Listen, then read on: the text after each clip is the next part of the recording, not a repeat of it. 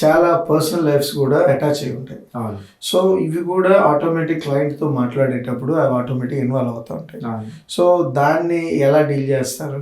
Finance అన్నది very personal అవును, and more privacy privacy absolutely.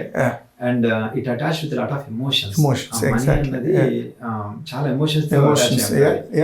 So సహజంగా ఒక వ్యక్తి యొక్క గౌరవాన్ని నమ్మకాన్ని పొందకుండా మనం ఆ విషయాన్ని తెలుసుకోలేదు వాళ్ళ దగ్గర నుంచి. సో ఎదుటివారి గౌరవాన్ని నమ్మకాన్ని మనం పొందాలి అంటే మన మీద అంత ఇంత గౌరవం ఉండి వాళ్ళు మనకి అవకాశం ఇచ్చారు మాట్లాడేది. ఇప్పుడు మనం నెక్స్ట్ ఏంటంటే నమ్మకాన్ని పొందాలి. నమ్మకాన్ని పొందాలి అంటే వాళ్ళకు తెలిసిన విషయం కావచ్చు, తెలియని విషయం కావచ్చు, మనం అది గ్రహించి వాళ్ళ తెలియని విషయాన్ని మనం ఖచ్చితంగా మనం తెలియజెప్పినప్పుడు ఆ నమ్మకం కుదురుతుంది.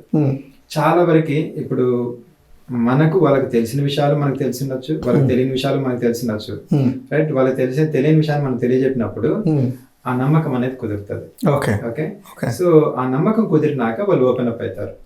ఓపెన్ అప్ అయ్యి చెప్తారు అనమాట, ఇది తిరుమల పరిస్థితి, ఇది ఇలా కావాలనేసి. దానికి తోడు సహజంగా మార్కెట్లో మనం మార్కెట్ చేసుకొని తీసుకొచ్చి ఉండేదానికి రెఫరల్ ద్వారా వచ్చేదానికి కూడా చాలా వ్యత్యాసం ఉంటుంది. రెఫరల్ ద్వారా వచ్చిందంటే ఇప్పుడు సింహ రెఫర్ చేశారు అంటే ఖచ్చితంగా ఆ ఎదుటి వ్యక్తికి మీ మీద నా గౌరవ నమ్మకంతో నాకు రెఫర్ చేశారు, అది కూడా మంచి అంటే పునాది అని చెప్పచ్చు ఎందుకంటే కమ్యూనిటీలో.